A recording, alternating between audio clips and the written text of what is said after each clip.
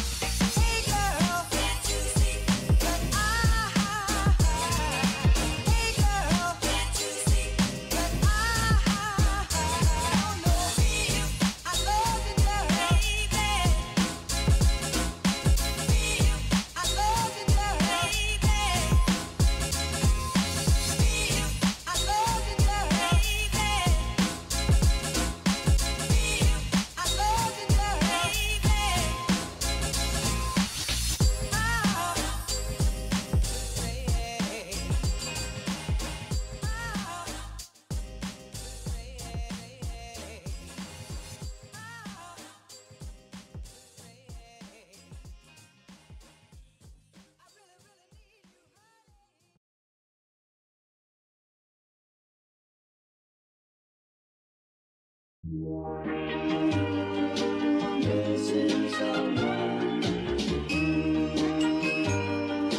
Missing someone. Missing someone. Love with all your heart. Missing someone. Love with heart. How much you miss it. And you deserve. And you deserve.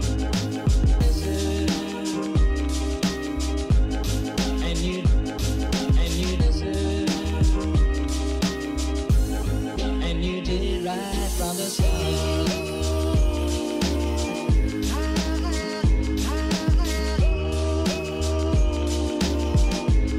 And you did it right from the start.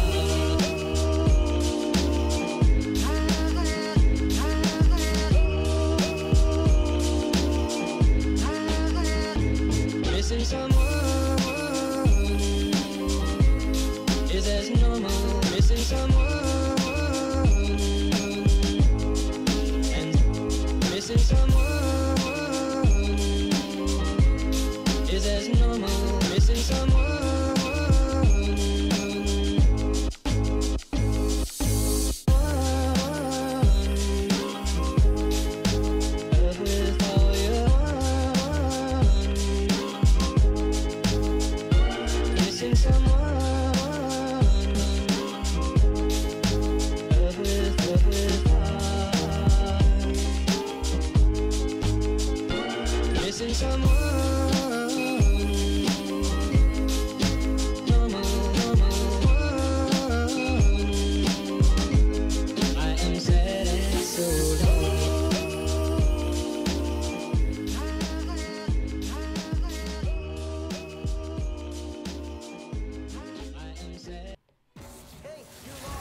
Good afternoon, ladies and gentlemen, and welcome to Week 4 UML action here presented by Upsurge Esports. My name is JC Yeso McDonough, and I am joined by Dean Rebel Fox Merrick to bring you a matchup between 13Noobz Alpha and Dawn Premier. Rebel Fox, welcome to the cast today. How we doing, my friend? I'm great. I get to walk all day for work, so it's nice to sit down and just talk about League of Legends. It's my favorite thing to do, so. Take a little break, take a load off. Hopefully all of you folks at home are doing the same. Grab a cold drink, maybe something to eat, and hope you guys enjoy the show. We are already into Champions Select 4, game number 1 of this best of 3.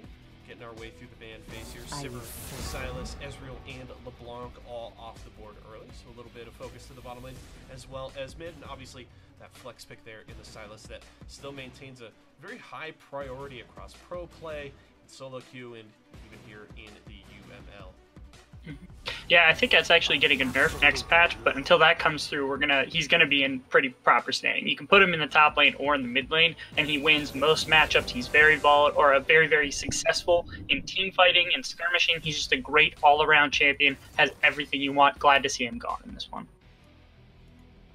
All right, things will finish up with the Vladimir and the Aatrox there taken off.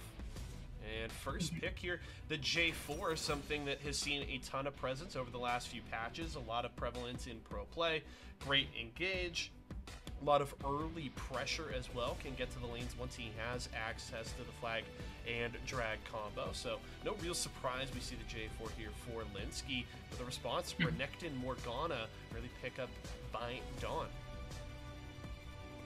Yeah. That it is. Something important is that Renekton is a shared champion between both Butterlover and Shockpool. Both of them love to play this champion, and so banning out the Aatrox is a takeaway from Butterlover, and then pure comfort here from Shockpool kind of suggests maybe they want to play around the top lane. On the opposite side, they respond with this Yuumi, very powerful support, even into the likes of the Morgana. Don't have tons of hard CC access early in the game, so really just focusing on that poke. And Poppy is something that's popped up at least a little bit in the top lane right now. I would argue it's probably one of the best pure tanks you can play at the moment if you want to try to have pressure in a game. All right, well, we do get the Yuumi here, something that we've seen popping up a little bit here and there since her release. A very interesting champion in the support role. Kind of changes up a bit how the bot lane plays. Going to be curious to see how 13Noobz Alpha is able to take advantage of the Yuumi. Can be very oppressive in laning phase, especially if you pair it with an AD carry that has poke brought to the table as well. And then obviously pairing up with engaged champions. Once you get to those mid-game fights, we've seen it paired a ton with things like the Hecarim or the Sejuani, and the J4 can do a lot of the same, combining the ultimate of the Yuumi along with the Cataclysm can really set up some insane engages for 13Noobz Alpha. So excited to see that pick for Jordan Bot. Yeah, does have quite a bit of benefit, especially in a composition like this with Renekton, Vi, those kinds of engages with the, I call it budget Sona ultimate, that 7 waves, the last chapter, where you have to get hit by multiple waves just to get rooted. It's not bad into that pure engage, but again, things like this Vi, this Renekton, and like the Morgana, rooting down or locking down somebody with Yuumi on them either forces Yuumi away, or that person dies and Yuumi's all alone there and is very easy to kill without some sort of escape like the flash you would normally have. So does have to play very carefully on the Yuumi if that's what is going to happen in this competition. Does bring some good poke and sustain to the table though, so can provide some extra safety while her teammates stay alive. In the final picks here, the Taliyah Pantheon here. I would imagine this signals a Morgana mid lane, because Taliyah Pantheon is actually a bot lane duo we've seen actually quite a bit of. We saw it a ton seemingly in Korea at the end of the spring split. Something, if memory serves me correctly, we didn't really see at MSI. Didn't really seem like a lot of teams felt comfortable with that duo. We saw the high prevalence of Sonateric, but this is a very interesting bottom lane here. Really going to try and take advantage of the squishiness and the kind of single target play you have against a Yuumi lane, where you just need to hit land it onto, one of those bot laners, and you're pretty much going to secure a kill on both. So you really want to try and kill the Yuumi, not allow her the time to outpoke you, and this could be the lane that could do so for Dawn Premier. Yeah, I actually really love this adaptation from Dawn Premier. There's two big ways that you can try to combat a Yuumi lane. Number one is like if you have something hyper scaling, there's not tons of kill pressure from a pure Yuumi because she has some of that CC. She's really more of a poking champion that can peel people away. She's better at keeping her ADC alive than aggressing on the opposition. The other way is exactly the opposite, which is the strategy that Dawn Premier wants to go for. Talia Pantheon, pure kill lane, absolutely devastating. Griffin is pretty much the only professional team that run it, but they ran it to pretty decent success against even SKT. So obviously it works. And with a Yuumi, as you said, you can easily pick up 2 kills in the bot lane. I'm very excited to see how they make the composition work if they are able to get it ahead versus, you know, if it doesn't succeed, how do they make these champions work? One of the most common counter picks that we've seen into the Yuumi is the Nautilus, and you could see this Talia Pantheon bringing a little bit of that element. Obviously, the Pantheon has the targeted stun, not quite as much range there, of course, as the Nautilus Dredge line, but still has the potential to set this lane up for success for Dawn Premier. One thing we do also have to take note of is the way that summoner spells shift in the bottom lane. Yuumi warps that to an extent, as Yuumi traditionally doesn't take flash, so you get double combat summoners. Jordan Bot electing to take the exhaust and heal this time around, and that also frees up KevBot to take a little something different as well. Electing for the cleanse here, something we see very commonly is teleport, allowing you to get back to lane quicker, because once the Yuumi is attached, we'll follow you on those teleports and recalls, but instead opting for just some extra safety here with the cleanse, understanding the lane that they're playing into and that they could be in a lot of danger. Yeah, and funny enough, we put in a lot of talk about this bot lane, but look at the rest of the map. We have like a Renekton in the top lane, a Vi in the jungle, and a Zed in the mid lane, which is something I get very excited every time I see, especially into something like a Morgana. It's very supportive, very squishy type of mid laner, so really look for Cap and Tai, and especially like Linsky roaming around the map, especially if this Talia Pantheon can't get rolling, to just abuse some of these squishy champions. Definitely some fun matchups that we're going to get to dig into here in Game 1. Definitely excited for that Vi pick. We'll have to see how successful it is for Dawn Premier. But before we head to a short break to prepare for game number 1, just do want to give a shout out to one of our great sponsors, and we are going to start with our good friends at Kono. Guys, if you're looking to take your game to the next level, it really all starts with your peripherals. From keyboards to keys, caps, mice, and more, our friends over at Kono have got you covered. They work with some of the world's best designers, inventors, and makers to bring you some of the best gaming peripherals around, really. Kono have been huge supporters here of us at Upsurge. We certainly appreciate all the generous contributions they've made to our prize pools, and hope you guys will show them some love in return. If you guys need to find a new keyboard or more for your setup, we can't recommend anyone better than Kono. For more information, please head over to kono.store to check out all of their stuff. That's KONO.store. Kono. Discover amazing products. Guys, we are going to head to a short break now, but when we return, we will have game number 1 of 13Noobz Alpha versus Dawn Premier. Stick with us. We'll be back in just a sec.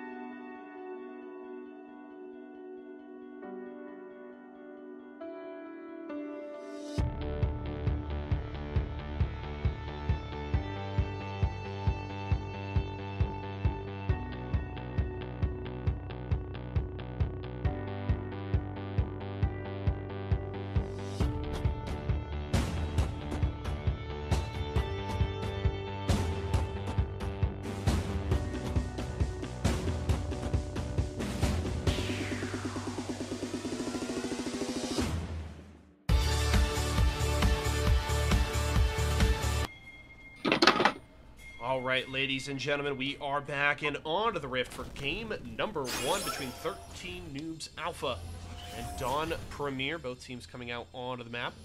Set up the squads of 5 and heading to their respective tri-brushes. What's funny is I actually thought that they were doing, so there's like a counter invade strategy where you go to the brush right outside Krugs, and I thought both of them were going to that individual brush, and they're both going to try to counter invade the other. But it does look like we're just seeing invades on the opposite side. They might be sitting here waiting for their own invade, but yeah, certainly interesting start. At minimum, it does look like Dawn Premier should get some vision in the early game, which should benefit them at least slightly. If they do drop any wards, they should drop one right there, but other than that, they're perfectly clean.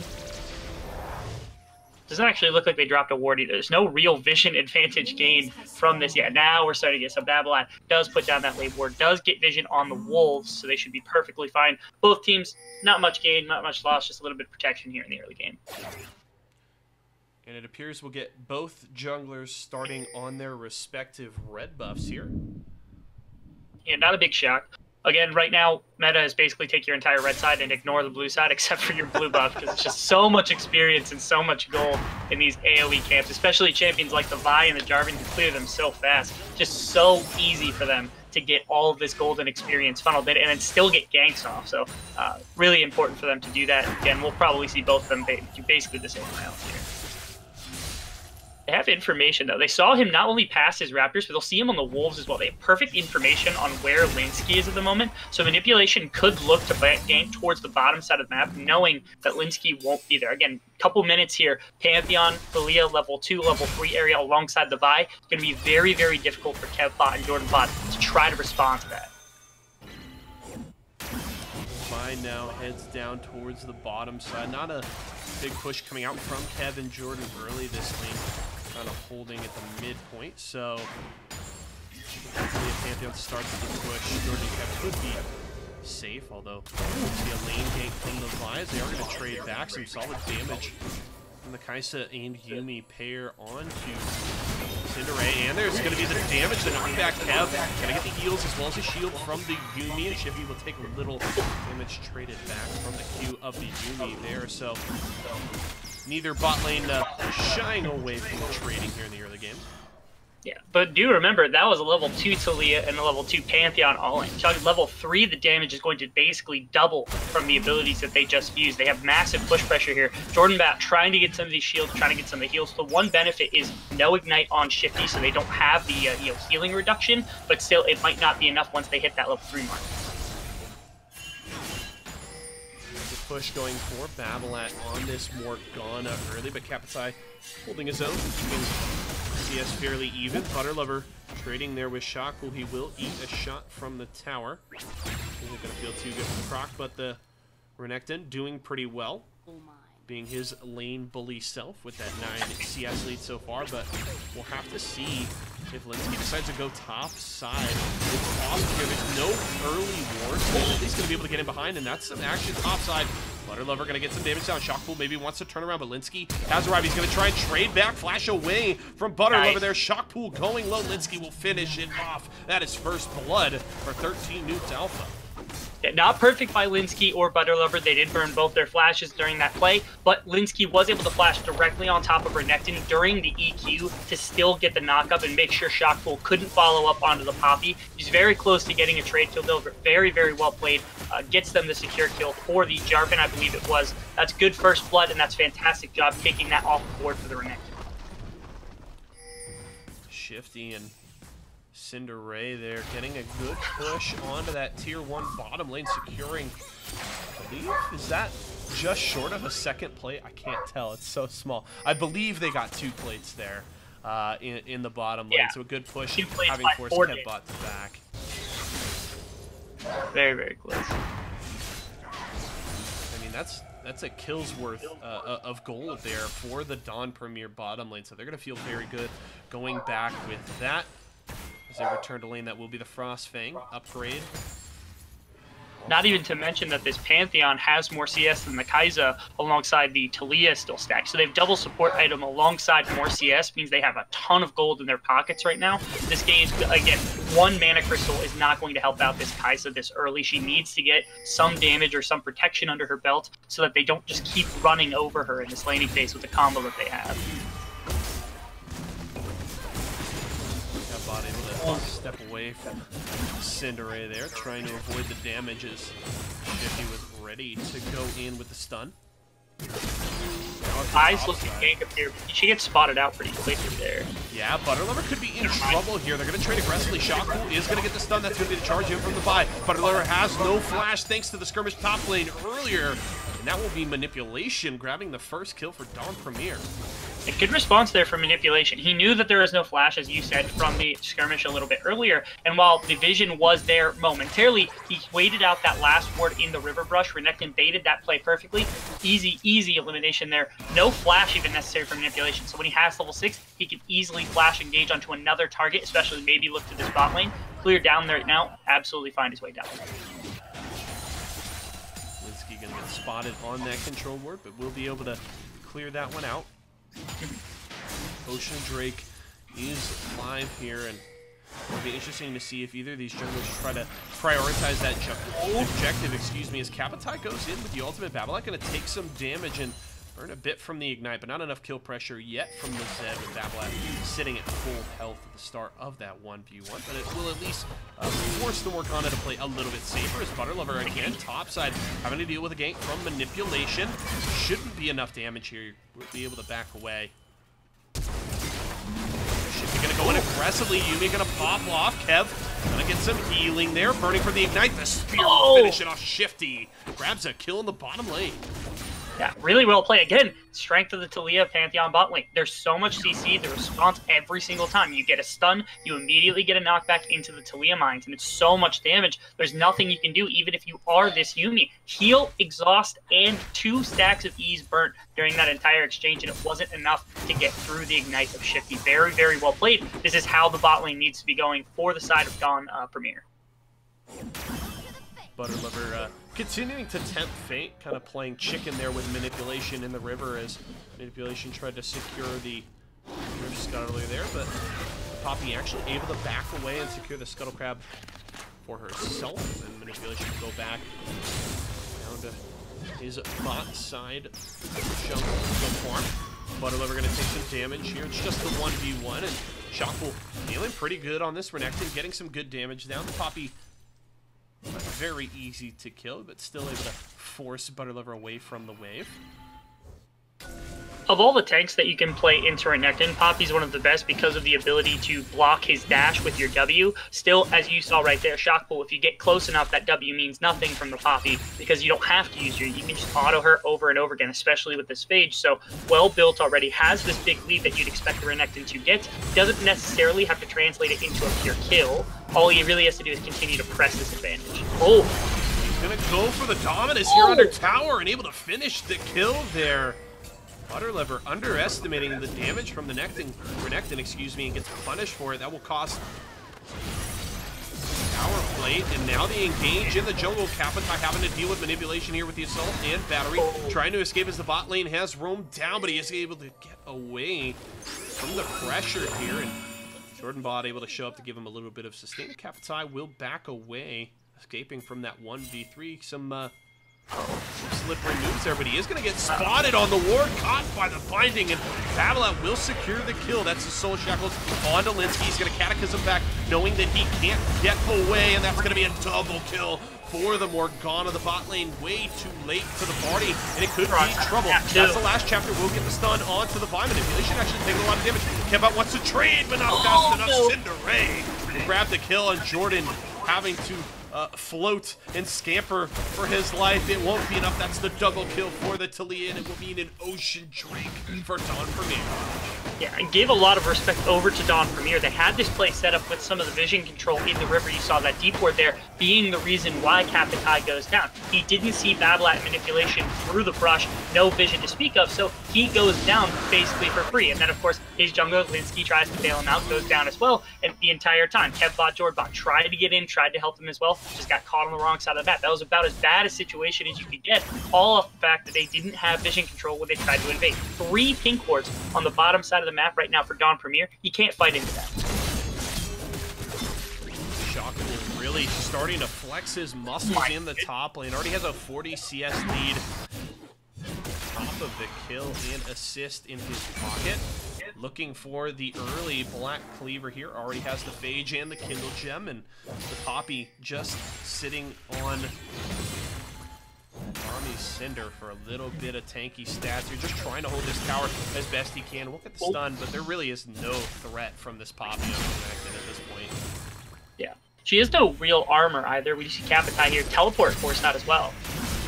Oh! Stun Kapitai there, did a lot of damage with the Q. Babolat coming up to the top lane, and they're going to be able to siege this tower. That's 2 plates already down. Manipulation is here. They're going to go for the dive. Here comes the ultimate from the Poppy. It is going to land onto Manipulation. Now they're going to try and collapse on a shock pool. Here comes the ultimate from the Zed. Watch away for Butter Lover, and that is going to be the kill for Kapitai. Babolat activates the Soul Jackals. The jukes from the Zed. Can they finish this off? He's going in very far. Is going to be caught by the Assault and Battery, and that actually is going to be Babolat surviving the double kill for the Vise. Manipulation turns that play around, but down to the bottom lane. Shifty caught in the Cataclysm, stunned by the Yuumi, the slow and a Cinderay. Can he escape? Flash is available, flashes away, but not far enough. That's the shutdown for KevBot, and that's the response from 13Noobz Alpha. Yeah, some clean moves on the top side of the map. Butter Lover did go down pretty fast, but I thought Kapitai was going to be able to change their fate there in that bottom or that top lane, but unfortunately just barely got caught out by Manipulation. He got there just in time, got double kill. Good response though by Slinsky on the opposite side of the map. They know that the Talia and the Pantheon are going to be shoving up most of the game. They have this advantage, so he goes down there, gets an advantage for them, helps out his bot lane at least a little bit more. Now they could have some breathing room potentially. 3 kills, traded 4-2 in favor of 13Noobz Alpha between those fight in top and bottom lane, and actually able to save some pressure on their top lane tower, at least a little bit, by taking that fight. Really the ult from Butter Lover is what set that entire play up, able to eject Manipulation out of that play, because really, if Butter Lover isn't able to do that, they're able to probably secure that dive and take down Kapitai before he is even a threat onto Shockpool. So good job by Butter Lover, able to salvage something in the top lane. Cinderay still going to be able to push in a bottom lane as Evan Jordan arrive back at their tower. Very, very heavily lane dominant performers here. You know, the side of 13, you know, they're getting some of these objectives back. They're finding some, you know, positive plays for themselves, but still, this Renekton is pounding on top lane. He has, what is that, like a 50 CS lead, 4 tower plates, Manipulations heading up there right now to press that even harder. Bot lane has a couple kills to their name, has a pretty decent CS lead themselves, and the double support items, of course. See action here. We also have to note that is a Rift Herald on Manipulation. Butter Lover's in trouble here. Takes a lot of damage, but is able to survive, but can he protect this tower? Rift Herald is going to be channeled, and it's actually going to cancel perfect from Butter Lover there with the ultimate, able to knock a Manipulation away, cancel the Rift Herald, and Shockpool will have to dash away there to escape. KevBot, the cleanse will not do nearly enough there. He goes down. Jordan just able to save his life with the last chapter there. Manipulation going on Alinsky here. Butter Lover going to come over the wall. Can they get the stun here? Manipulation going to get knocked through the wall, and down goes the Vi. That's the shutdown, but Shockpool has activated the dominance. He's a tanky boy. Babolat is here with the GLP. Butter Lover's going to get slowed. Can he get the kill? Shockpool going to take a lot of damage, trying to trade back. Can he get the sustain? He cannot. Kapitai grabs the kill. It's 2 for 2. Baby wants more, but he's got to back away. If Babolat lands one binding, he's going to die. Going to try and sustain here, using the Scuttle Crab to body block. Big brain plays from Kapitai. Can he juke the binding? GLP will miss. So will the binding. Now he wants to turn it around. He's got the damage. That's the electrocute proc. This will never end. Kapitai finishes with a shutdown for the Zed. What a play there from the 13Noobz Alpha mid laner. Yeah. Man, Kapitai has shown some fancy footwork on this set. It hasn't always worked out where he does something that flashy, but certainly we've seen him dodge skill shot again and again in a couple of these plays, and this time it really did pay off. Barely getting Shockpool down before he gets eliminated, and then again, fancy feet, using that Scuttle Crab, just bouncing around, not getting hit by the GLP or the binding, not standing on the demented soil or tormented soil any longer than he needs to, outplays Babolat and gets that elimination for himself. I mean, you talk about any longer than he needs to. He was one tick away from going down to tormented soil, so he really was close there. Oh, Jordan Bot stepping forward. Unfortunately, he made the biggest mistake a Yuumi player can make. He was detached. He's supposed to be attached at all times. You're not allowed to be anywhere but the ADC. So unfortunately, it's gonna cost him his life on that one.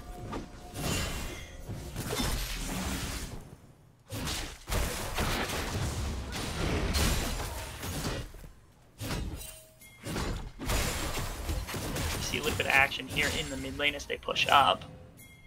I'll have to see. Yeah, they have 3 in response. No Rift Herald. Butter Lover's here as well. Once it gets kill on a Shifty, the follow-up comes, and Shockwell has to dash over the wall. Butter Lover going to take a lot of damage, but that's a Cataclysm onto the Croc here. There's the ultimate from Kapitai, and down goes Shockwell, but here comes more. Kevbot going to get stunned by Shifty as he is returned to the fight, and that's going to be the kill for the Pantheon. Cinderace has to back away. Will survive. That's a 2-for-1 though in favor of Alpha. Yeah, not able to find much more here in response either. The siege is still they're still pushing these minions under the tower, but with this Yuumi they should be perfectly fine to just sit here, get the heals. Might look for a re-engage with Jarvan on the side though. Let's keep waiting over the wall, but it's going to be caught by the binding of Battleat. Not good. Yeah, again, that play wasn't really... So they, like, intended to siege up on the mid tower there. It looked like they may have whiffed at least 1 play or 2 there. Manipulator shot will get caught there. Kapitai going aggressive with the Yuumi attached. Will go down as manipulation charges over the wall, and the Soul Shackles will lock down 2. They're trying to re-engage here, but Shifty has arrived once more. Butter Lover is down. Linsky trying to escape with Jordan attached. Can they get away? That's the Blast Cone. Will buy them some space. Shifty still trying to chase him down. Flag and drag into the Baron Pit, but Battleat is waiting. Lands the binding. Jordan bot will not survive. Another double kill for manipulation. The Vi is going off, and Kevbot in trouble in bot lane as well. The slice, the dice, the ace for Dawn Premier. Oh, no, that was such a... it started off as a really good job there by the 13, the blue side team. They did very, very well in picking the fight, getting a couple of kills for themselves without response, but then just stayed way too long, pushed a little bit too far, and they got ace right there. Terrible place to be, down 7,000 gold into a Renekton, a Pantheon, and then a Talia comp. This early game style that they're running on the side of Dawn Premier is very, very strong right now. Manipulation trying to invade for the blue buff here. Kapitai doesn't want to allow him to do it for free. Can he get the kill? Manipulation burning from the Ignite. Sure, can finish it off. That's the shutdown, but here comes Cinderace. The rocks will kill the Zed. Kapitai goes down. Another kill here for 2 and 4. Cinderace on this Talia. Yeah. I do think that Kapitai is the one kind of bright spot here. I think he's been playing very, very well at a micro scale on this Zed, finding kills for himself, finding advantages and outplays for himself. But like I said, 5-4-2 Zed with 120 CS at 18 minutes isn't about to 1v5 carry the game. He needs some of his team. You know, the Kaiser's about to hit the Rage Blade power spike. That'll be really, really good for team comps. Poppy needs to get more involved as this pure tank right now. Man, Kevbot isn't going to be coming online anytime soon. The stun will land onto 2, but Jordan Bot not doing enough there to keep Kevbot alive. Will go down here as well. There's the double kill for Shockpool in this bottom lane. I mean, Jordan Bot has had a couple of solid ults and has been getting out a lot of poke, but really, Kevbot has been invisible most of this game. Already has 6 deaths, just 1, 6, and 3 on the Kai'Sa. Obviously, needs to scale a little bit more of that mid and late game champion, but this is such a rough early game, and it really seems like Kevbot is set just so far behind the 8 ball at this point in the game. Yeah, they did a fantastic job. Not only is the pick really, really good, like the Talia Pantheon, that is obviously very good. We'll wait for this fight. Gonna catch Battleat and the Cataclysm, and Kapitai will finish off the kill. So you talk about getting a little bit of assistance from the team. Linsky setting the Zed up for success, at least for now. Kapitai, really solid here. Again, every time I see Kapitai start to attack somebody, I just get shocked at how much damage comes out. Because like I said, I'm not expecting it from the side that's losing this bad to have that much burst damage. 2 full items as well as the pickaxe means the Zed hurts just a little bit. Yeah, and the thing is like, the only people that can respond to that level of gold right now are the Renekton and the Vi, and neither one has the ridiculous amount of burst that Zed does with that passive proc, with all of the abilities you can hit with. Vi can see at least some of that burst damage, but it's not what Zed can bring to the table. Right, Infernal Drake is on the Rift. Already one Infernal and an Ocean to Don Premier's name. And here comes the teleport from Babolat to try and secure this response. Is being set up by 13Noobz Alpha, but Kevbot is nowhere near here, so it's the 4v5 to try and steal the Drake. That's the flag and drag over the wall, and it will not secure the Drake. Down goes Linsky. Double Infernal for Don Premier. Yeah, Linsky has to be very, very careful. Also, you know, Butter Lover has the same issue, that if you dive in very, very quickly, this team has instantaneous CC. You have the Pantheon, you have this, you know, the Renekton, even the Vi in some situations. Heck, even the Binding from Morgana. The instantaneous shutdown CC combined with the follow-up CC.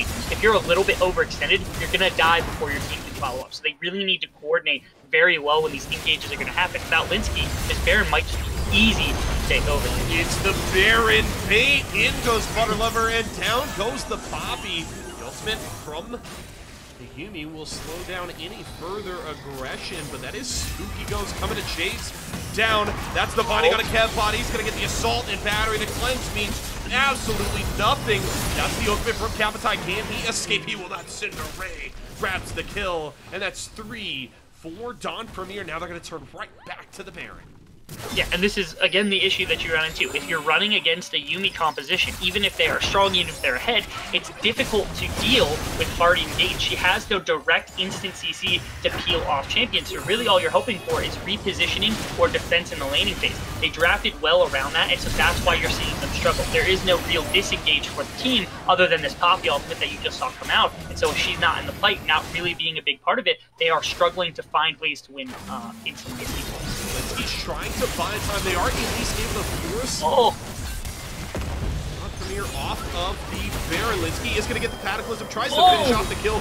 Good Zonya's there, excuse me. The stopwatch from Cinderay will keep him alive at just a sliver of health. Linsky goes down. Jordan Bot is able to pair up with Kevbot. That was the jungler going down. I mean, to an extent, mission accomplished by 13Noobz Alpha. They have stalled the Baron take twice now in the last 2 minutes from Don Premier. They give up a few kills, which sucks and kind of deepens that gold trough that they're sitting in right now, but they're at least able to stave off the Baron for now, give themselves a little bit more breathing room, but it looks like Don Premier has no desire to let 13Noobz Alpha rest on their laurels. They may go right back to the Baron here after they push some waves. Yeah, the one benefit that you have if you're on the side of 13Noobz is right now this Taliyah is the majority of the late game scaling for this team. Right now, that, like, you know, if you get the hyper late game 40 minutes, Taliyah is your biggest threat. She's not farming very well. You're just talking 51 CS at this point in the game. Obviously, that was compounded by that early game they had where they're running double support items, but certainly not at all where you want to see this support.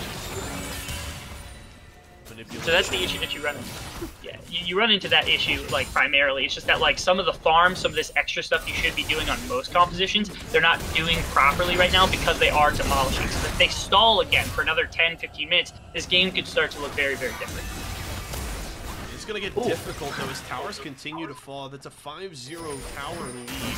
Inside of Don Premier, up 15 kills as well, as they're just clearing out Linsky's red side jungle right now. They take the Raptor camp, leave the Krugs, and they're going to head back towards mid lane, try and get that wave pushing, and maybe rotate to Drake. Top lane is pushed towards their tier 1. So they may decide to respond to that wave to maintain this tier 1 tower line, as Shifty is going to try and get some vision in and around the Baron area. He does have his Sightstone upgrade for his Targon's Brace, and 4-2-8 scoreline means he's also already sitting on the BF Sword and the Duskblade on this Pantheon. So that's a support Pantheon that does quite a bit of damage.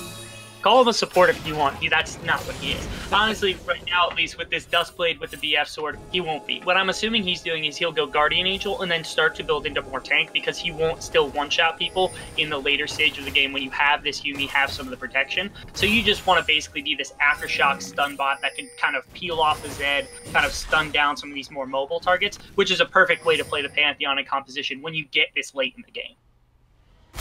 Here trying to set up a Baron bait, they were spotted out, and they will instead just elect to go straight to the Baron for now. The response is here for 13Noobz Alpha, but they're going to get locked out for a moment by the Taliyah ultimate. They will down quickly. it's not. The positioning from 13Noobz is getting a little bit closer. You know, this Morgana can kind of position off, so can the Talia, but they need this damage to come down if they really want. They're looking for a bait again.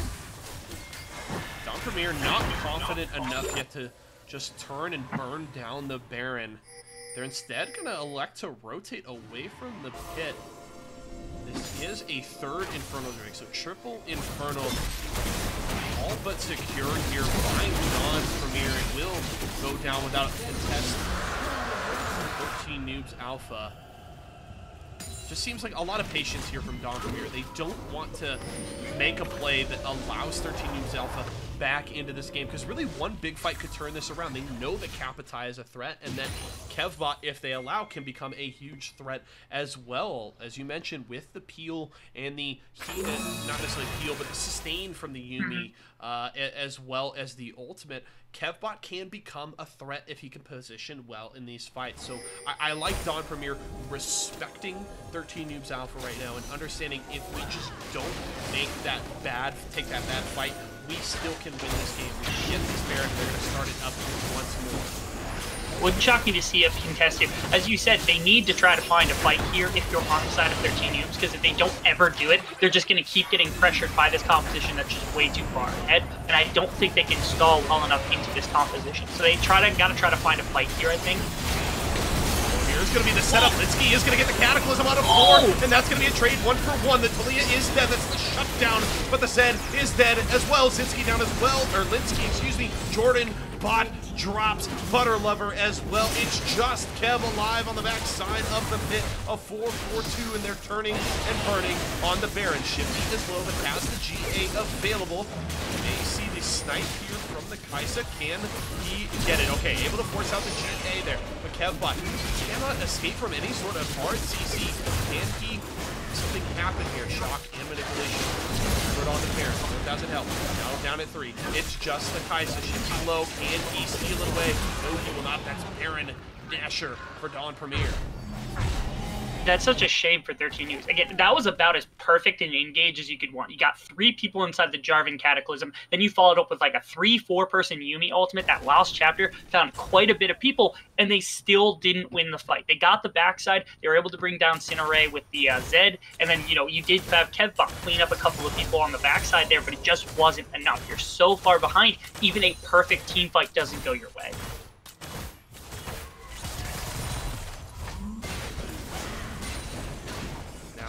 Baron empowered minions. Don Premier looking to push and threaten this tier 2 tower on the top side, and there doesn't look to be any response here from the side of 13Noobz Alpha. 4 of their members in and around mid lane, as well as Red Buff. Battleact gonna take some damage here. Kapitai just gonna be able to delete the Morgana, so that's 1 off of the Rift, but that will still mean a tower drops top lane.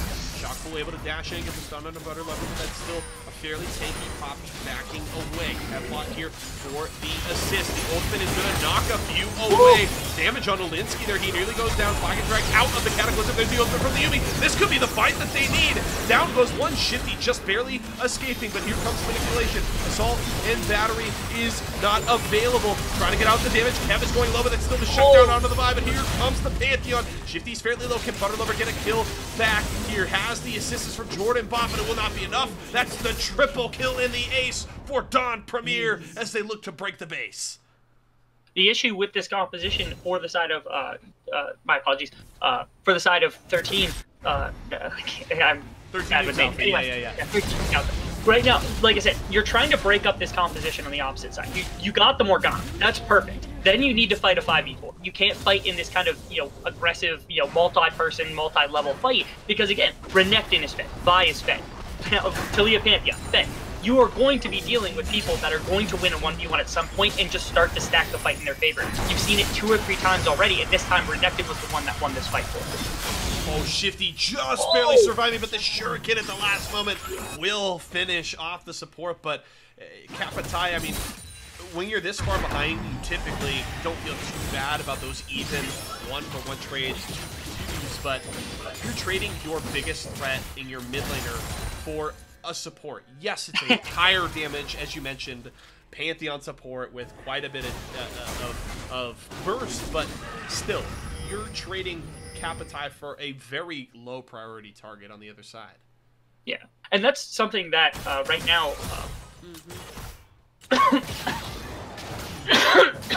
I am so sorry about that.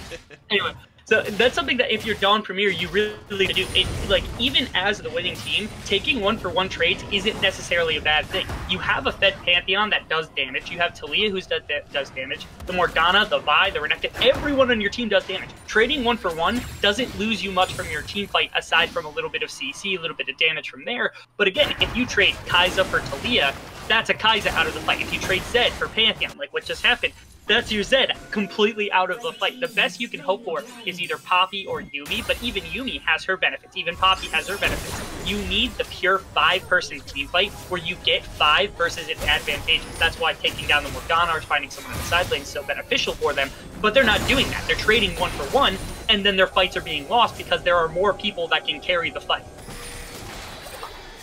Premier looking to break this mid lane inhibitor. Poke coming out from Jordan Bot. Wave is going to be escorted into base. No more pairs up. There's the launch chapter. Bot's going to try and get out some damage. Shifty trying to get onto Butter Lover, and onto the back line is Linsky. He's going to lock down manipulation, and that's going to be the G8 forced out here for Kapitai, but it may not be enough. Top lane and jungle are dead, but it is a 2-for-2. An even trade that maybe keeps 13Noobz Alpha alive. Kepot trying to clear out these waves, but it may not be enough. Kapitai going to be zoned away by manipulation there. Why is difficult to kill? Shifty going to go forward. A lot of damage on the Kepot, but he is able to get the sustain from the Yuumi. Kapitai trying to posture here to force Dawn Premier to back away. They will at least get some time to clear out this wave and save a Nexus tower, but it will mean your third inhibitor falls here. Did they go for the fight? It would be risky. Kapitai maybe wants to go forward, activates the Youngers for the moon speed. That's going to be Jordan. Onto the Zed, is able to force out the GA there with the electrocute cross. Shifty is fairly low, but he's going to go in for the stun. Kapitai could be in trouble. Assault and battery is going to take a fairly low. The heals are not enough for Jordan Bot. Down goes the Yuumi. Kepot going low as well. Manipulation stepping forward, but the top and jungle are back to life. That's the shutdown onto the Vi, and 13Noobz Alpha survives to fight another day. That they do. They're able to get at least out of that situation. It was a very, very close fight. Very good flank there by Kapitai to bring down the Morgana early in the fight. No Black Shield, no bindings to follow up, so that's really, really good priority target. However, still not able to push them completely out of base, and your base is completely dead now. If they walk in, all they have to fight is that's what you're seeing right here. Oh. Going in, trying to threaten on to Kepot. Butter Lover is going to activate the ultimate and knock away the Croc. But that's not going to get such a good slow there. Takes down Butter Lover with a beautiful binding onto the Poppy. They're on to the Nexus. Linsky will not be enough, and Dawn Premier will kick off this best of 3 with a dominating win over 13Noobz Alpha. You know, I was trying to figure out why exactly that was going to work, the 2 teleports with the Morgana having 3 into the base, and then I realized Kai'Sa has no Yuumi. She is ridiculously behind in the game. She's going to get one shot, so that's exactly what happened. So Shockpool didn't have to worry about being brought down. Very well played composition here from the side of Dawn Premier. They took this early game composition where you want to abuse the opposing bot lane with the Yuumi, you want to take the top lane and really win, and then they were able to get advantages across the map and just continue to press it over and over again. Not overextending, not too much with what they had, not giving away any gold unnecessarily, doing a great job of just executing with what they had. Solid finish there from the side of Dawn Premier, grabbing that victory in the 1-0 lead in this series, and really just felt like everybody on Dawn Premier had their opportunities to shine in this game. The laning phase for Shifty and Cinderace was very good, getting Kevbot so behind. Manipulation moving around the map in the early and mid game to set up so many kills for his team. Shockpool holding his own despite a lot of early pressure from Linsky, and Babolat, even with Kapitai becoming such a huge threat on the Zed, I really felt like Babolat just played his role very well, landing a lot of key bindings, very high kill participation on the Morgana, not dying a lot. I mean, there's not much he can do if Kapitai goes in with his ultimate. You just don't have the health pool to survive, and you're counting on missing or landing a binding on a very slippery Zed. So still credit to Babolat for a well-played game, and I really think just top to bottom, Dawn Premier performed just very, very well in this first game. Yeah, agree completely. Like I said, they had like the crazy bot lane, and then they have a supportive mid lane. Everybody contributed to the win pretty evenly across the game. I do think Shockpool had an amazing game on the Renekton, and I want to see it either banned out or taken away in this one. But apart from that, this is a team that brought out a weird composition. The question is, do they play it again, or do they just go to standard? And if they go to standard, can they bring this kind of tenacity, this kind of winning attitude that they brought into this one, and apply it in the same way? Definitely going to need to see a response from 13Noobz Alpha. There were some flashes of brilliance, especially from mid lane and jungle, as Kapitai and Linsky really seemed to try their best to claw their team back into this game, but it was never quite enough. But they will have the opportunity to tie this series up when we go to Game 2. We're going to head to a short break now, folks, but when we return, we will have more from Dawn Premier and 13Noobz Alpha. Don't touch those browsers. We'll be back in just a few.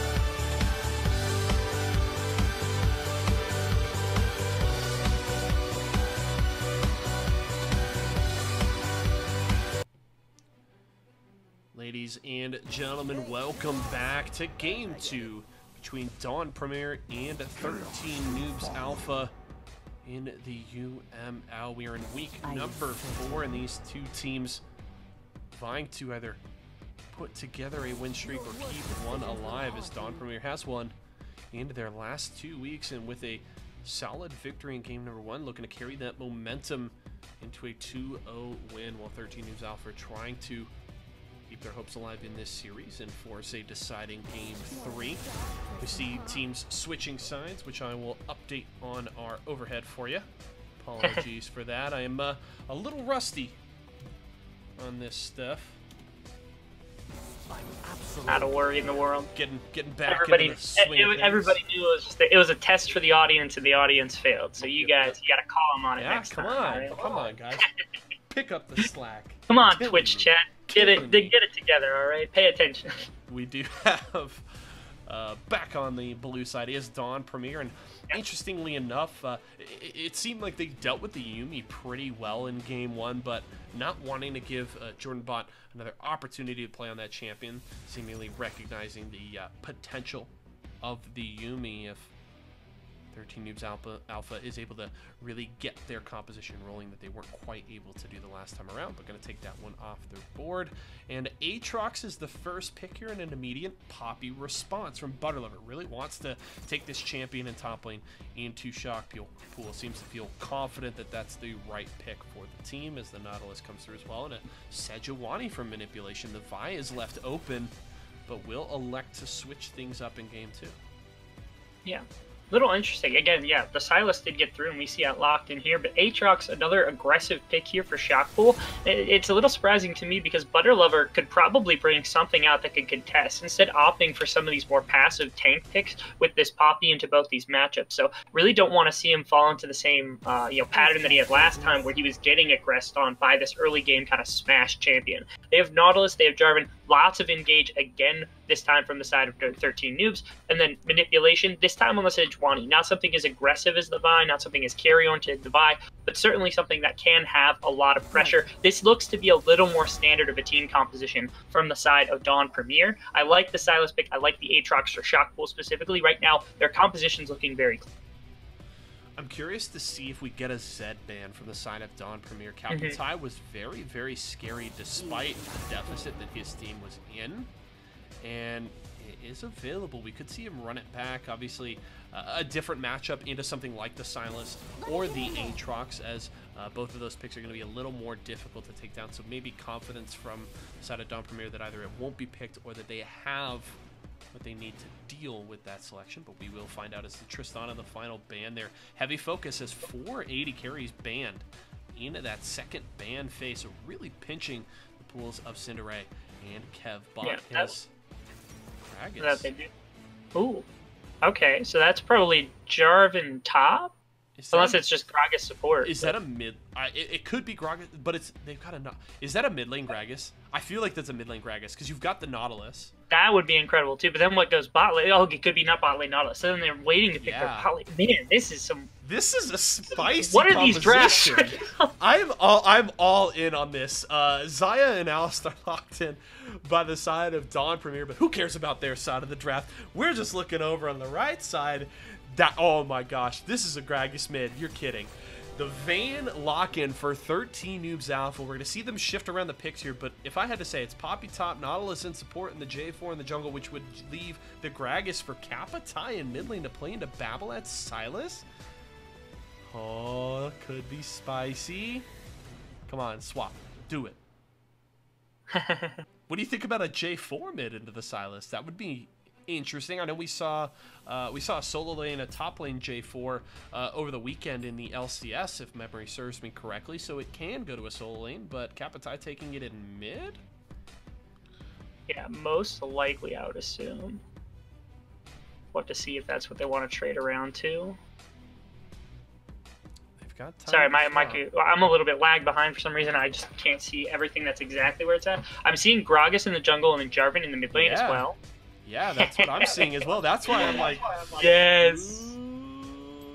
All right. And that's a J4 mid for Kapitai. It's J4 mid for Kapitai. Yes.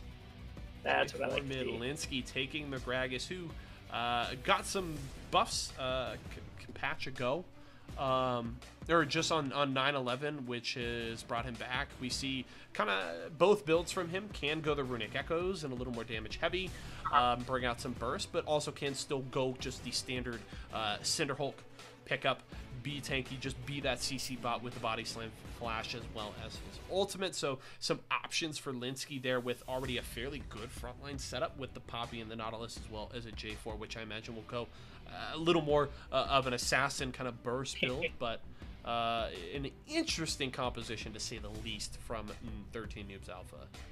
Absolutely. Big thing for me is Babolat has to be foaming at the mouth right now with the number of ultimates that are amazing to steal at the moment. You got Gragas ultimate, J4 ultimate, Poppy ultimate, and Nautilus ultimate all in one game for this side. Like, he just has all of the ultimates you could ever possibly want for him. The other issue is, like, the J4 ultimate works really, really well when you have squishy champions to target. Silas isn't great for that because of the Aftershock. Xayah isn't great for that because of her ultimate and because the Alistar can knock him away. There aren't great targets for this AD Jarvan. As badly as I want it to see, because I love AD Jarvan mid lane, I don't think this is the best game for it. And one thing I want to note was there was an opportunity for Dawn Premier to select the Xayah Rakan in that final rotation. They elect not to do so. They instead going for the Alistar, and I actually like this change up. Yeah. A little more frontline and a little tankier, so some more survivability, and still brings a lot to the table that the Rakan does with some sustain and some crowd control. But I feel like into the lineup you're playing into with some of that point and click CC like the Nautilus ultimate and things like the Cataclysm to lock you down, I think shifting on something a little tankier is going to be a better option. Yeah, I agree with that wholeheartedly. I also think that Rakan has okay disengage, but Alistar has amazing disengage. If you headbutt somebody away from this Xayah, she doesn't necessarily have to burn that ultimate to escape things. Rakan, you know, he can pop his ultimate, throw his W on top of her. There's no way to get people off of a Xayah. The Alistar has that option. So if the Jarvan comes in on her, the Gragas, the Nautilus, the Poppy, all of these options that can just dash on top of the Xayah, all get shut down by this Alistar as opposed to the Rakan. So I agree with you wholeheartedly. I think this is a much better pick. All right, well, we will see how that pans out. But before this second game, do want to give another shout out to one of our other sponsors, our good friends over at Scuttle Scrims. Guys, if you're looking for a way to find fast and reliable scrims for your team to practice against, then Scuttle Scrims is really going to be your new best friend. Scuttle Scrims is a reliable and easy application that allows you to quickly search for active teams of all ranks and skill levels that are looking for reliable practice partners. Simply log into the application, search your specified ranks, and request a scrim. For more information, guys, head over to scuttlescrims.com. That's scuttlescrims.com. You can see it right there on your screen. Big thank you to Scuttle Scrims for all of their support, and best of luck as they continue their, I believe they're in alpha right now, but the service has been great. I've used it for myself, for my teams. I've heard rave reviews about it, and we've certainly loved what we've gotten from it. So guys, make sure to take advantage of that, and we appreciate all of their support. Guys, it's about time for game number 2 here between Dawn Premier and 13Noobz Alpha. Stick with us. We'll be back with the action in just a moment.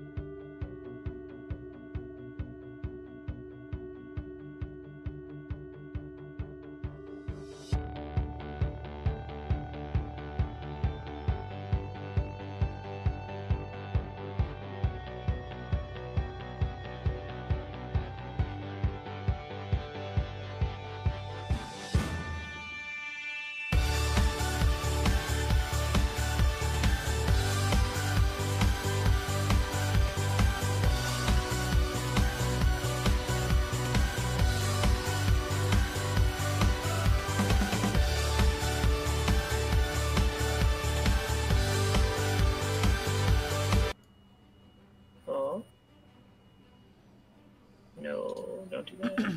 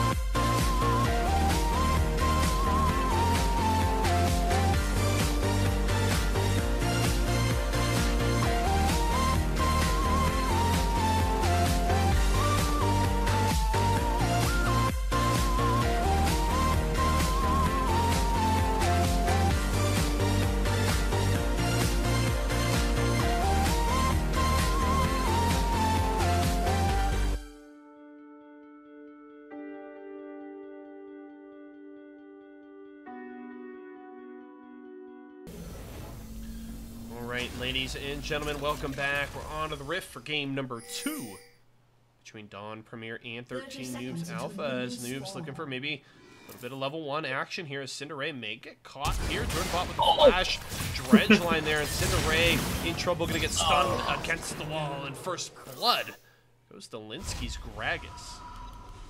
Both eliminate, or both kill, or both summoners burnt from Jordanbot on this Nautilus. Still, securing that first blood is absolutely fantastic job by this team. They made the invade work, even if it shouldn't have. So very well done by the side of 13Noobz here. Now just gonna head back for standard jungle start here. Gragas gonna get the leash onto his blue and get things moving. All right. Like I said, we'll take a look at some keystones here. So first off, I do want to note both mid laners took Conqueror. That's something that you don't typically see on Sylas anymore. It is something you can do, especially in a melee v melee matchup. You're perfectly welcome to do that. That's not something that's frowned upon. But typically you are going to see Aftershock on the Sylas. I think with a Sejuani, with an Aatrox, with an Alistar, you do need more damage, so it makes sense to bring something a little bit more damage. But again, that's not usual.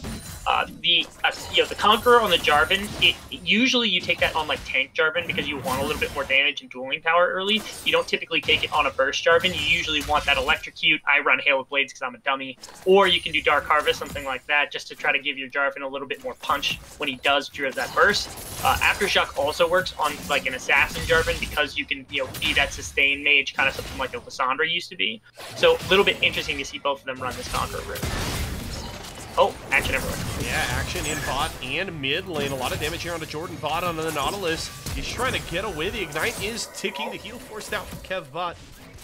And that won't be a kill for the Dawn Premier bottom lane, but still forcing 3 summoners there out of the Noobz bottom lane. Yeah, heal burnt from the side of Kevbot, so only the Vayne Flash left to work with. Again, if ganks you come down from manipulation to try to oppress that bot lane, you're going to have plenty to work with. The question is he going to be able to path down to that side of the map to get this advantage and try to press it onto this bot lane? See a little kind of miniature invade towards the top side of the map here with the Gragas and the Jarvan. Jungle and mid teaming up there to try and build a bit of a lead. Could be that should be the blue buff secured there by Linsky. This was very interesting. So this was Sejuani running for this red side clear, which is something you typically do on Predator jungle. Ooh, hook into the bot lane. Forward bot looking for a little action here. The damage thing. Color will not land, so it doesn't lock down the Nautilus. Top lane shock pool. Wants to trade into Butterlover here, getting quite a bit of damage, getting that Conqueror going. Linsky is gonna smite the Scuttlecrab to get some sustain. That's the flash of shock pool, forcing out the flash from Butterlover. Can he go any further? He will not.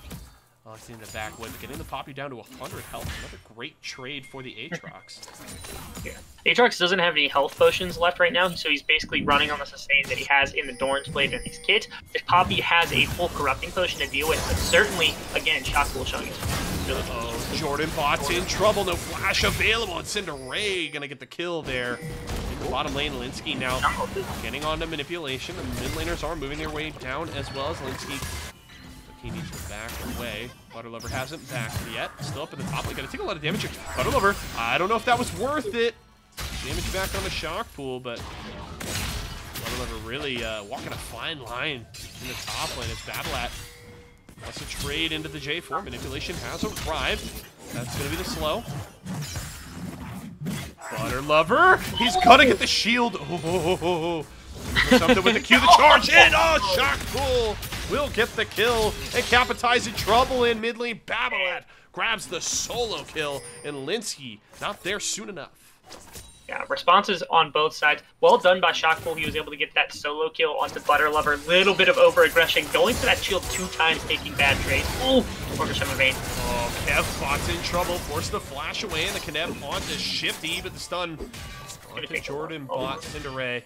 Not a ton of mana, and below 50% health. They'll like to go back to farming the wave, content with the damage that they did to the health pool there of the new bottom lane as Kevbot, without heal, will be forced to back the base. Jordanbot following in his footsteps, and this will be the Xayah looking to build a bit of a CS lead and pressure this tower, maybe get a first tower plate. Yeah, and despite that first kill going the way of the 13Noobz, they still haven't been able to put on pressure with this Gragas quite yet, and their bot lane is getting aggressed on here. This Aatrox has the first kill of the game. Even Battleat on the Sylas is beating out this mid lane Jarvan. So just across the map, they're losing their lanes. So the person with the kill, the person who got the first blood in Linsky, has to start applying some pressure to try to get some of these lanes back into a winning state.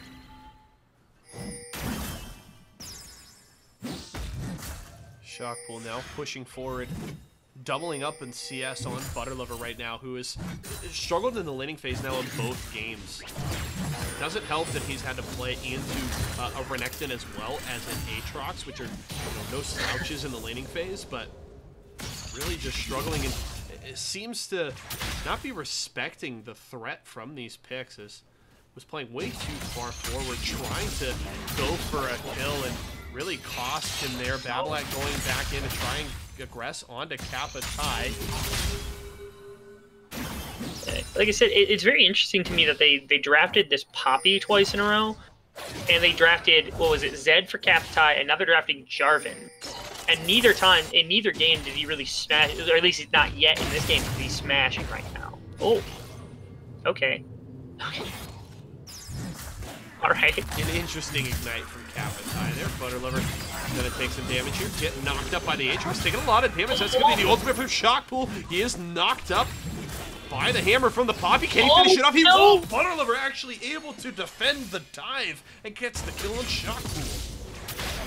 Yeah, really, really good knock up there by Butterlover, preventing it not only under tower range, but also I think it prevented that last Q from coming through, so no damage back onto the Poppy. And of course, he needs that kill to get the reset on his health bar so that he doesn't die during that exchange, isn't able to get it on the dive, and so he goes down. Shockpool a little over-aggressive there, definitely overreached it, right, for the kill.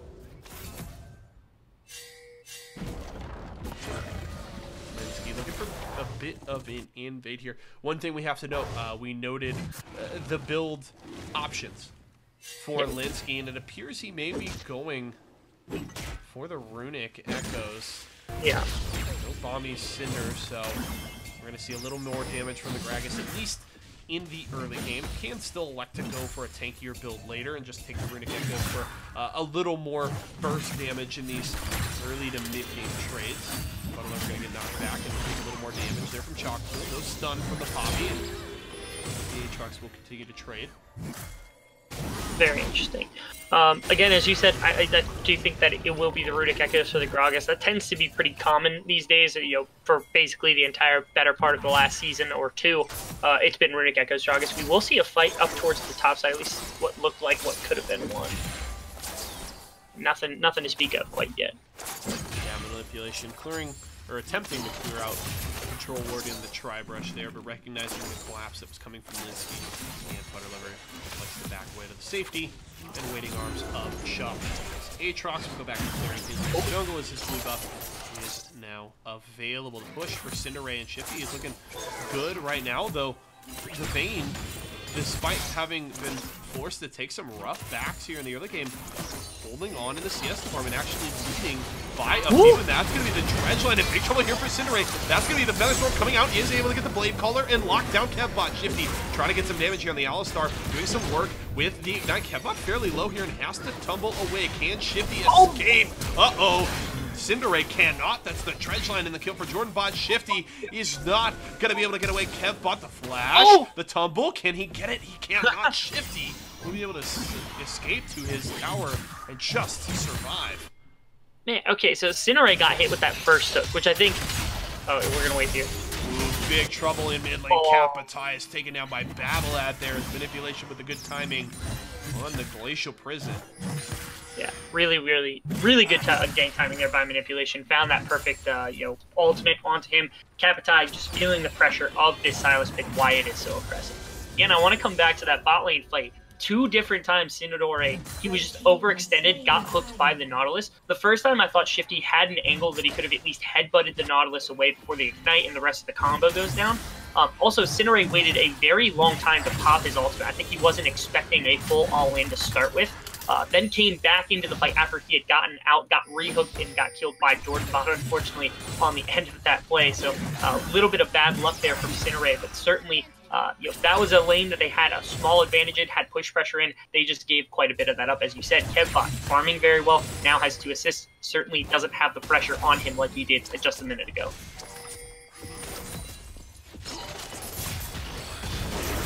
Herald here. It's actually going to be stolen away by manipulation. Gets in for the smite, and he is actually going to be able to grab the eye of the Herald as well. Shockpool has arrived, and Battlead is here as well. Now they're looking for the kills. Butterliver is trapped in the pit. No flash available, and that's going to be 1 kill. A second there as Battlead is able to take down Linsky. Now they're looking for Kapitai. Can he escape? Flash away. Does he have the flag and drag? Not quite yet. The double kill for the Aatrox, and everything goes wrong for the noobs at Rift Herald. Yeah, they just give up. Like, they committed very hard. They got the dragon, they had the mountain dragon. Then they run directly up to the Rift Herald and attempt to get that from the bot lane pressure they had just a minute ago. But unfortunately, as you said, manipulation able to get in on top, had the level advantage and had the smite advantage on the Rift Herald. So Linsky just got outsmited or just wasn't paying attention at the time, loses the Rift Herald, and manipulation pulls it away. Then AoE, massive AoE storm there coming in from both the Aatrox pick and that Silas pick just completely wins them that fight. Hands down, no contention. This Silas and this Aatrox are just ridiculously strong right now. These solo lanes, again, just taking over. Shockpool getting a solid push onto the top lane tower after grabbing those 2 kills, and we'll be able to go back to base with quite a significant amount of gold, just south of 3,000 gold in his pocket. Easily able to finish the Black Cleaver and grab his Ninja Tabby. Down in the bottom lane, that is the ultimate onto Cinderay, but he is able to avoid it with the Featherstorm. Jordanbot's in trouble. He's going to get caught by the Blade Caller. Shifty, and then the kill secured by Cinderay. And now the Rift Herald this one isn't going to be canceled as they're going to look to take this bot tier 1 Babolat onto Kempbot. Flash away, able to avoid the lockdown there from Babolat, and here comes Linsky. Going to get onto Babolat. A lot of damage there. Kapitai has arrived as well. Blocking drag in, that's the shutdown onto the Silas, but that's 1 kill back in return. Both mid laners dead. Linsky trying to get away, but that's the double kill for Cinderay. The tower drops and the Rift Herald will charge onto the tier 2. Again, fantastic siege use of the Rift Herald. The ultimate comes out from Georgebot just a little bit before this fight starts, and then both bot laners have to completely pull away from the tower. Had Babolat played a little bit more slowly rather than trying to duel this Vayne, I think he would have been alive for that as well, and the play would have continued in the exact same way. Still getting 2 kills, 2 towers here, maybe a third coming up with the Aatrox on this top side, but very, very well played. Took that advantage they had. Now they press it. Now Zaya's got 4 more kills, a little bit more gold in the pockets of everybody. This is exactly what happened last time. They're playing very, very well right now for the side of Don. Big leads in every lane right now for Don Premier. 4-2-0 on the Zaya. The 3-1-3 Silas that already has his Proto Belt. The Black Cleaver Shock Pool there on the Aatrox. 3-1-1. They are going to go for the lane swap here. Cinderay and Shifty will go up to try and take down that tower in the top lane, which should be fairly trivial considering how low the health is on that tower. They'll give the long lane a shot. Oh, nice. Will knock out the Alistar and give Butterlover a little breathing room. Don't know if that was necessary, but is able to get the Alistar out of his lane momentarily. Shifty going to look to maybe combine with Babolat here, but the slow Linsky will get the Gragas away for now. Yeah. Again, I want praising the solo lanes here from the side of Don Premier. They're doing very, very well for themselves. I want to look though at the opposite side. Again, we talked about Poppy being picked twice in a row, kind of sacking the laning pace for Butterlover, and he's still had okay play. He's had a couple of times where he's made minor outplays, done things that he's supposed to do. He's doing pretty well. But Kapitai has been given 2 priority picks with the Zed and the Jarvan, his preference entirely, and he's still just not having success. It's curious to me why they chose to put him, kind of in the preference picks here. Didn't work out that time either, as the collapse in a mid lane means Kapitai's life. And with the Drake about to spawn, 1 Mountain Drake was secured. 13Noobz Alpha earlier in this game, but with this next Drake spawning, there's going to be another mountain, and that will be collapsed upon. Dawn here, it'll be easily secured. The Dragon still near the pit. Mountain Drakes. Yeah, that's really, really good for the side of Don Premier with, the Silas, with this Zaya. They will be able to burn down objectives very, very quickly. Ooh, Babolat grabs that. I don't think he expected it. Interesting strategy there. It's going to get knocked up there by the ultimate. Shifty tries to get in, but a good counter there from Butterlover to avoid the Alistar getting in for the engage. To save mid lane tower for now. A little bit of engage is just thrown back and forth there. I don't think anyone connected exactly how they wanted to during that fight, but certainly everybody getting out, I think, is a win in everyone's book, just making sure they don't lose anybody during that exchange. So well played by both sides, ensuring they don't give anything up.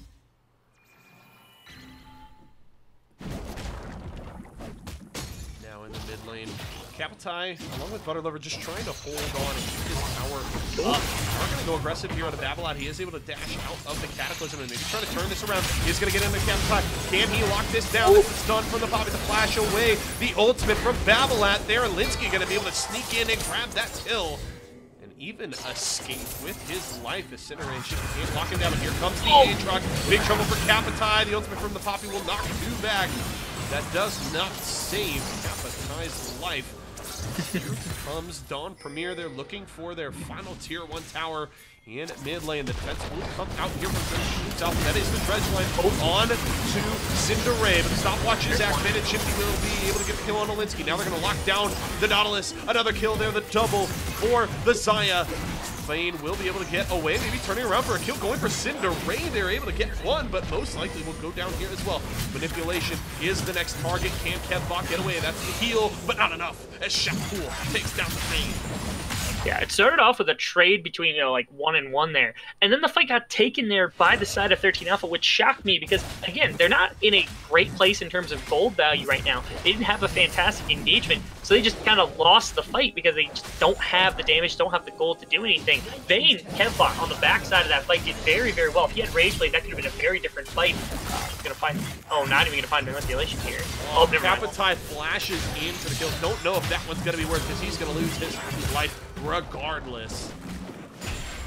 Yeah, and again, the engagement there from 13Noobz, I was just questionable about to start with, let alone that they just lost the fight basically single-handedly. Sindore, you know, just tore through them. They were just, you know, walking basically in a line towards a Xayah who has the feathers to work with. Had it not been for what I assumed to be a miscommunication under the tower, where Aatrox was trying to take it, Sejuani was tanking, and Xayah wasn't really autoing anything, they could have definitely at least gotten the tower without losing the Xayah as well. That was the big loss there for the Vayne, but certainly very, very good play there from the side of Don Premier. Again, pressing this advantage, doing a great job of playing with what they have. Now Battlelat has stolen the ultimate from the Nautilus here, so Jordan Bot is going to have to worry about a targeted CC coming back at his own team as we see Don Premier starting to posture in and around this Baron pit. Baron will be live in just a minute's time. To get some vision around that area of the map, maybe play for an early Baron here. They certainly have the lead to work with as they are up 9 gold at 19 minutes. Huge deficit that 13Noobz Alpha will have to overcome. Capitai has the flag and drag away from a very scary Aatrox. Already sitting on 2 items, has the death stage as well. Has the Black Cleaver. Yeah, there are thirdly... Yeah, there are currently 3 members on the side of Don Premier who have more gold than the highest gold member, which is, of course, Kevbot on the Vayne. You know, there are 3 current members. So, you know, Aatrox has the most gold in the game. He is absolutely terrifying. As you said, Death Stance, Black Cleaver finish. This is, like, as powerful as an Aatrox can be at 19 minutes. He is a huge force to be reckoned with. He's basically unkillable, has a ridiculous amount of sustain, and does tons of damage. Oh! Oh, Battlelat going in aggressively. That's going to be the open on the 2. Jordan Bot's going low, Stingray able to get the kill on a Capitide. There's a Glacial Prison on a Kevbot. Forces the flash away as Jordan Bot falls. It's 2 for 0, and they're looking for more. Featherstorm will not catch anybody. Shockwell trying to lock someone down. Kevbot maybe wants to chase, but has to be careful here. We'll just elect to farm the wave, and this will be Dawn Premier turning back for a possible 21-minute Baron.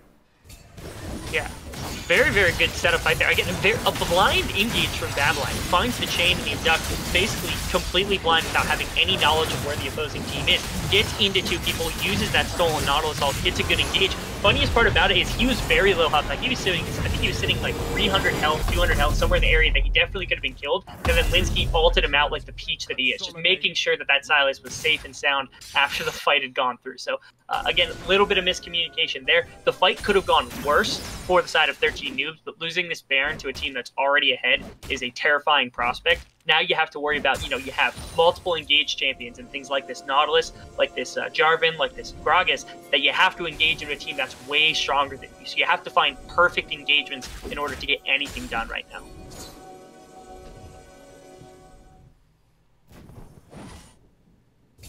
Seeing Don Premier now starting to set up and looking to secure their second elemental Drake. It will be an Ocean Drake. Give him a little more of that sustain to stay on the map longer. That will easily take him down. And now we have to see with this Baron buff where they're looking to group. Shockpool drawing a lot of pressure to the top side as Linsky was up there attempting to respond to the Aatrox. And assistance pings in and around the red side of the jungle as maybe they're looking to set up a brush camp, but here comes the big push from Don Premier right down mid lane. The flank is set up by Capitide, but he's been going down so quickly. Frozen Glacial Prison, excuse me, will go and miss, and that's the Cataclysm onto a few, but that's a beautiful Featherstorm and Blade Caller from Cinderace, very confident on the Xayah, just deleting people. That's the double, looking for the triple. The Cataclysm comes down, the triple kill for the Xayah and the ace as Don Premier looks to get the 2-0 over 13Noobz Alpha. big engagement there from the side of 13Noobz. That was a good engagement they found. They found it onto the Silas, and they found it onto the Sejuani. Sejuani's not going to die very, very easily with all of the health that she had, all of the tankiness that she had, and Silas was able to E and flash out over the wall. And once that's gone, all of your engage is gone, all of that damage just down the drain, and they just got cleaned up by this Aatrox, by this Xayah. Well played from the side of Dawn Premier. Dawn Premier grabbed a second commanding victory here, sub 23 minutes from that lineup, and they will move to a 3-1 record after 4 weeks of play in the UML. An impressive performance from all of those guys over there, grabbing the win. We can update that score now. Not going to wait. Make it a 2. And save that. So Dawn Premier grabs the sweep over 13Noobz Alpha. Yeah. Dawn Premier, again, they showed very, very high strength in this series. Both games were incredibly dominant. Game 1, they showed some of that unique style of play where they're running things like Morgana mid, the Talia Pantheon bot, in a counter to some things. Really like that adaptability. And then this game, they play a little bit more standard. They have Silas, they have Xayah, they have Aatrox. They make some adaptations in the draft. Again, no Rakan, they run for the Alistar instead. Things like that, it just makes their draft a lot cleaner, makes their win conditions a little bit easier to manage. And then couple that with just taking advantage of Shockpool, being amazing carry in the top lane, Battleat having some advantage in the mid lane, just doing really, really good things with the advantages they had, continue to press over and over again, never really making a massive mistake for 13Noobz to try to come back on. Big victory there, and as we mentioned in the first game, really seemed like everybody on Dawn Premier had their moments to shine. Shockpool, his best game of the two here, with a huge performance on the Aatrox manipulation, continuing to move around the map so well, set up so many plays for his team. Battleat, who, had his moments, some good bindings in game 1, but really seemed to kind of take a back seat behind the team, really shined in this game on the Silas, playing very aggressively into that mid lane J4, setting up some great plays there. And then Cinderace, I mean, some beautiful fights, setting up the feathers, getting out a ton of damage on this Xayah, and a big performance there at 10, 3, and 4. It shows in the scoreline as the AD carry really popped off in this game. Yeah. Absolutely. Like you said, everybody contributed. Very, very well played from the entire team, basically in both games, through basically every single minute of both games. Everyone was contributing everything that they could. They did a good job. They felt like the team that was not only, they weren't just like better individual players, they also felt like they played like a team a lot better than the opposition. 13Noobz, they showed some strengths in a couple of areas, had a couple of unique things. I was very, very perplexed about this Jarvan pick to start with, and then they came out and didn't really make it tank, didn't really make it assassin, and those are the two ways you want to play a mid lane Jarvan. You can't kind of fiddle this line. So I think they do need to work on at least some of the picks they're running in some of these positions. Again, I think Butterlover deserved a little bit of love in the top lane instead of running double tank in game after game into multiple carries, like you said, that are very oppressive. But certainly, again, Kevbot, I thought, showed a couple of good performances. Linsky had some good play every then and again. Jordanbot certainly wasn't terrible, especially on this Nautilus pick. So things to focus on, certainly things to work on as well, though. Well, there you have it, folks. A big 2-0 win for Dawn Premier over 13Noobz Alpha. As we mentioned, moves them to that 3-1 record after 4 weeks into this UML summer season. So congratulations to them on the win, and we'll look to see maybe some more action from 13Noobz Alpha in the future, see what they can take from this series, what they can learn and improve on moving forward. But that is going to do it for us here today, folks. We appreciate everybody coming out to join us today. Hope you enjoyed the match and the cast here. And, keep looking out for more. Remember, we will have UCL action tomorrow night, same time, 5 p.m. Pacific, 8 p.m. Eastern, right here at twitch.tv/Upsurge Esports, as well as the UPL coming on Thursday and Rainbow Six on Sunday nights. That schedule stays fairly consistent, so make sure to stick around for that. Consider following and subscribing. Those buttons are at the top of your screen. And if you guys need more information about us here at Upsurge, make sure to use the links down in the channel description. We've got a link to our website, our events page, as well as our Twitter, which is going to give you the most up-to-date information about everything going on with Upsurge. With that, guys, my name is Yeso, and for myself, my co-caster Rebel Fox, everybody here at Upsurge Esports, want to thank you so much for joining us tonight, and we'll see you guys again next time.